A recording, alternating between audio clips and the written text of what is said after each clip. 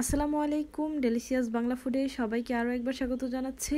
আজকে আমি আপনাদের সঙ্গে দুই ধরনের ভাপা পুলি পিঠা রেসিপি শেয়ার করব। তো প্রথমে আমি এই ভাপা পুলি পিঠাটা তৈরি করে দেখাচ্ছি। অনেকে এই পিঠাটা শুধু নারকেলের পুর, তিলের পুর, ভাজা চালের পুর, মুড়ি ইত্যাদি দিয়ে তৈরি করে থাকেন, তবে আমি আজকে শুধু নারকেলের পুর দিয়ে তৈরি করে দেখাবো। আশা করছি রেসিপিটি আপনাদের কাছে ভালো লাগবে। ভালো লাগলে লাইক করে চ্যানেলটি সাবস্ক্রাইব করে চ্যানেলের সাথেই থাকবেন। তাহলে চলুন রেসিপিটি শুরু করা যাক। পিঠা তৈরি করার জন্য সবার প্রথমে নারকেলের পুরটা রেডি করে নিচ্ছি। তার জন্য চুলায় একটা প্যান বসিয়ে এখানে আমি 1.5 কাপ পরিমাণ কোরানো নারকেল দিয়ে দিলাম। এবার এখানে পরিমাণ মতো গুড় দিয়ে দিলাম। গুড়ের পরিমাণটা কতটুকু দিয়েছি সেটা আমি বললাম না, আপনারা আপনাদের টেস্ট অনুযায়ী যে যতটুকু খান দিয়ে দিবেন। আমি এখানে পাটালি গুড় দিয়েছি, আপনারা চাইলে খেজুরের গুড়, আখের গুড় অথবা চিনি দিয়েও এই পুরটা তৈরি করতে পারেন। আর নারকেলের পরিবর্তে আপনারা চাইলে এখানে তিল অথবা ভাজা চালের গুঁড়োও দিতে পারেন। চুলার মিডিয়াম আঁচে সবকিছু নেড়েচেড়ে মিশিয়ে নিচ্ছি আর গুড়টা গলে যাওয়া পর্যন্ত অপেক্ষা করছি।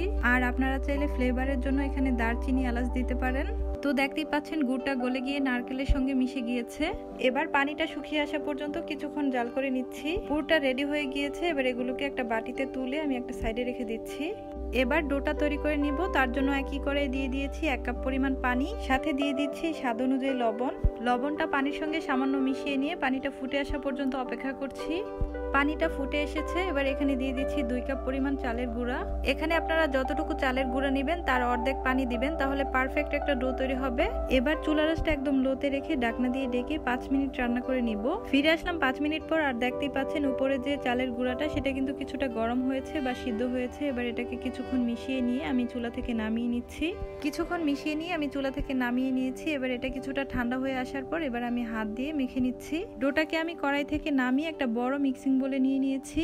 এবার খুব ভালো করে মেখে নিচ্ছি যতক্ষণ না স্মুথ একটা ডো তৈরি হচ্ছে। ডোয়ের মধ্যে যাতে কোনো ধরনের লাম্পস না থাকে সেই দিকটা আপনারা অবশ্যই খেয়াল রাখবেন। বেশ কিছুক্ষণ মথে নিয়েছি। দেখতেই পাচ্ছেন ডোটা কিন্তু স্মুথ হয়েছে আর হাতেও লেগে লেগে আসছে না। একদমই পারফেক্ট ভাবে ডোটা তৈরি হয়েছে। এবারে ডো থেকে একটা লেচি কেটে নিচ্ছি। আর বাকি যে ডোটা এটাকে আমি একটা ঢাকনা দিয়ে ঢেকে রাখবো যাতে উপরটা ড্রাই না হয়ে যায়।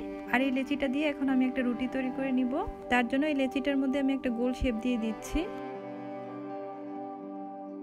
এবার রুটির শেপ দিয়ে দিব। রুটিটা খুব বেশি মোটা বা খুব বেশি পাতলা করে তৈরি করব না, কতটুকু মোটা রাখবো সেটা আমি রুটিটা তৈরি করে দেখিয়ে দিচ্ছি। আর আপনাদের সুবিধা মতো চাইলে সামান্য চালের গুঁড়া দিয়েও রুটিটা বেলে নিতে পারেন। আর রুটিটা আমি ঠিক এরকম পুরুত্ব করে বেলে নিয়েছি, খুব বেশি পাতলা আবার খুব বেশি মোটাও না। এখানে একটা ছোট বাটি নিয়েছি, এই বাটিটা দিয়ে আমি রুটিটা সমানভাবে কেটে নিব।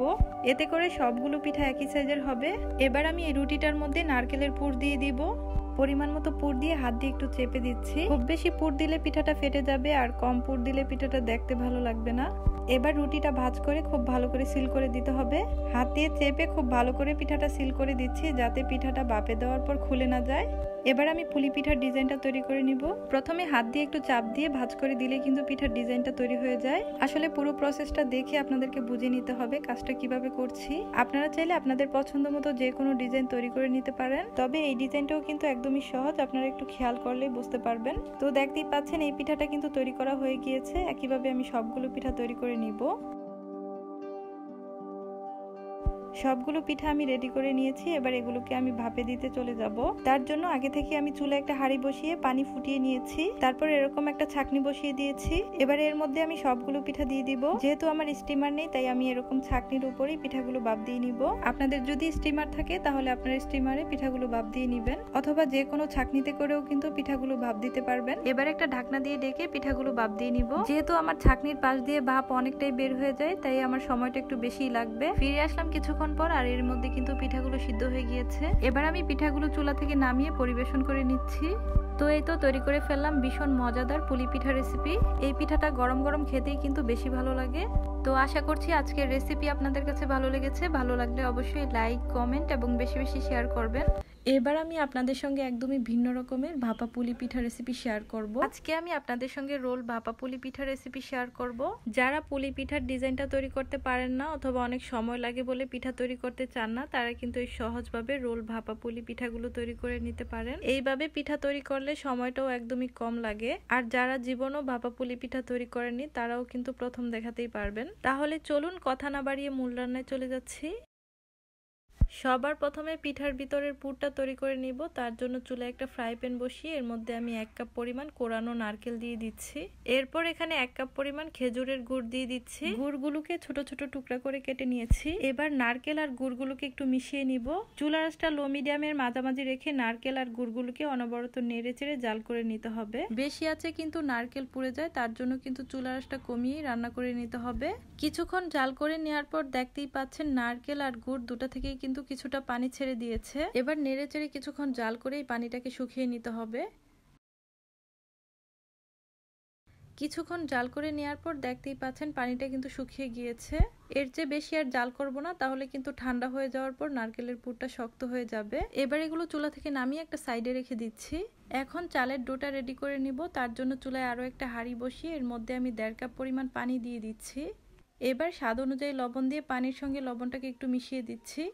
পানিটা যখন ফুটতে শুরু করবে এরপর এখানে আমি 1.5 কাপ পরিমাণ চালের গুঁড়া দিয়ে দিচ্ছি। আমি এখানে ভিজা চালের গুঁড়াটা ব্যবহার করছি, যার কারণে কিন্তু 1.5 কাপ চালের গুঁড়ার জন্য 1.5 কাপ পানি একদম পারফেক্ট হয়েছে। আপনারা যদি শুকনো চালের গুঁড়াটা নেন তাহলে কিন্তু পানির পরিমাণটা একটু বেশিও লাগতে পারে। চালের গুঁড়াটা দিয়ে দেওয়ার পর পানির সঙ্গে চালের গুঁড়াটা ভালো করে মিশিয়ে নিয়ে এবার চুলাটা অফ করে দিচ্ছি। এবার ঢাকনা দিয়ে ঢেকে 10 মিনিটের জন্য এভাবেই রেস্টে রেখে দিব। ফিরে আসলাম 10 মিনিট পর। এবার চালের ডোটাকে ভালো করে মেখে নিতে হবে। কিছুটা ঠান্ডা হলে হালকা গরম অবস্থাতেই চালের ডোটাকে স্মুথ করে মেখে নিতে হবে। প্রয়োজনে হাতের মধ্যে সামান্য পরিমাণে তেল মাখিয়ে নিবেন, এতে করে ডোটা মাখাতে অনেক সুবিধা হবে। সময় নিয়ে ডোটাকে আমি স্মুথ করে মেখে নিয়েছি। এবার এই ডোটাকে আমি 2 ভাগে ভাগ করে নিব। তো দেখতেই পাচ্ছেন ডোটা থেকে আমি 2 ভাগে লেচি কেটে নিয়েছি। এবার এই লেচিটাকে একটু গোল করে তৈরি করে নিতে হবে। গোল করে তৈরি করা হয়ে গেলে এর উপরে সামান্য পরিমাণে চালের গুঁড়া দিয়ে রুটি বেলে নিব। আমি একটু লম্বাটে করে রুটিটা বেলে নিচ্ছি। আর এই রুটিটা কিন্তু অনেক বেশি মোটা অথবা অনেক বেশি পাতলা করে বেলা যাবে না। তো দেখতেই পাচ্ছেন আমি ঠিক কতটুকু পাতলা বা মোটা করে রুটিটা বেলে নিয়েছি। এবারে রুটির উপরে আগে থেকে রেডি করে রাখা নারকেলের পুরগুলো ছড়িয়ে দিব। যতটুকু নারকেলের পুর আমি তৈরি করে নিয়েছি এরকম সাইজের 2টা পুলি পিঠা হবে। তো দেখতেই পাচ্ছেন নারকেলের পুরটা আমি সমানভাবে ছড়িয়ে দিয়েছি। এবার রুটির সাইডের অংশগুলোকে একটু সমানভাবে কেটে নিব। আপনারা চাইলে কিন্তু রোলটা তৈরি করে নেওয়ার পরেও সাইডের অংশগুলো কেটে নিতে পারেন, তবে আমি এখনই কেটে নিচ্ছি, এতে করে পিঠাটা দেখতে অনেক সুন্দর হবে। সাইডের অংশগুলো কেটে নেওয়া হয়ে গিয়েছে। এবার পিঠাটাকে রোলের মতো করে পেঁচিয়ে নিব। পিঠাটা তৈরি করতে একদমই সময় লাগে না, মাত্র কয়েক সেকেন্ডের মধ্যে আপনি এই রোলটা তৈরি করে ফেলতে পারবেন। পিঠাটা রোল করে নেওয়ার পর এবার সাইডের অংশটা কিন্তু একটু চেপে সিল করে দিতে হবে। তো দেখতেই পাচ্ছেন পিঠাটা কিন্তু তৈরি হয়ে গিয়েছে। এবার এই পিঠাটা কিন্তু ভাপে দেওয়ার জন্য একদমই রেডি। পিঠাটা ভাপে দেওয়ার জন্য আমি একটা হাঁড়িতে পানি গরম হতে বসিয়ে দিয়েছি, আর হাঁড়ির উপরে আমি একটা ছাঁকনি বসিয়ে দিয়েছি। এবারে হাঁড়ির উপরে আমি পিঠাগুলো দিয়ে দিব। আমি 2টা পিঠা তৈরি করে নিয়েছিলাম, তবে ছাঁকনির মধ্যে জায়গা ধরবে না বলে একটা পিঠা আমি 2 ভাগে কেটে তারপর ছাঁকনির মধ্যে দিয়ে দিচ্ছি। আপনাদের যদি স্টিমার থাকে তাহলে স্টিমারেও কিন্তু পিঠাগুলো ভাপ দিয়ে নিতে পারেন। এরপর একটা ঢাকনা দিয়ে ডেকে পিঠাগুলোকে 10 থেকে 15 মিনিটের মতো ভাপ দিয়ে নিতে হবে। ছাঁকনির চারপাশ দিয়ে যেহেতু ভাপ অনেকটাই বের হয়ে যায়, তাই আমার সময় লেগেছিল প্রায় 15 মিনিটের মতো। এখন পিঠাগুলো কিন্তু একদমই সিদ্ধ হয়ে গিয়েছে। এবার চুলা থেকে নামিয়ে নিব। পিঠাগুলো চুলা থেকে নামিয়ে একদম ঠান্ডা হয়ে যাওয়ার পর পিঠাগুলো কেটে নিতে হবে। গরম অবস্থায় পিঠাগুলো কাটতে যাবেন না, তাহলে কিন্তু একদমই ভেঙে যাবে। ঠান্ডা হওয়ার পর আমি পিঠাগুলোকে কেটে নিয়েছি। দেখতেই পাচ্ছেন পিঠাগুলো কতটা লোভনীয় লাগছে। খুবই কম সময়ে মাত্র 3টি উপকরণ দিয়ে এরকম মজাদার রোল ভাপা পুলিগুলো তৈরি করে নিতে পারেন। আশা করছি আজকের রেসিপিটি আপনাদের কাছে ভালো লেগেছে। ভালো লাগলে অবশ্যই লাইক, কমেন্টস এবং বেশি বেশি শেয়ার করে দিবেন। চ্যানেলে নতুন হলে চ্যানেলটিকে সাবস্ক্রাইব করে চ্যানেলের সাথেই থাকবেন। তাহলে আজকে এখানেই বিদায় নিচ্ছি। সবাই ভালো থাকবেন, সুস্থ থাকবেন। আল্লাহ হাফেজ।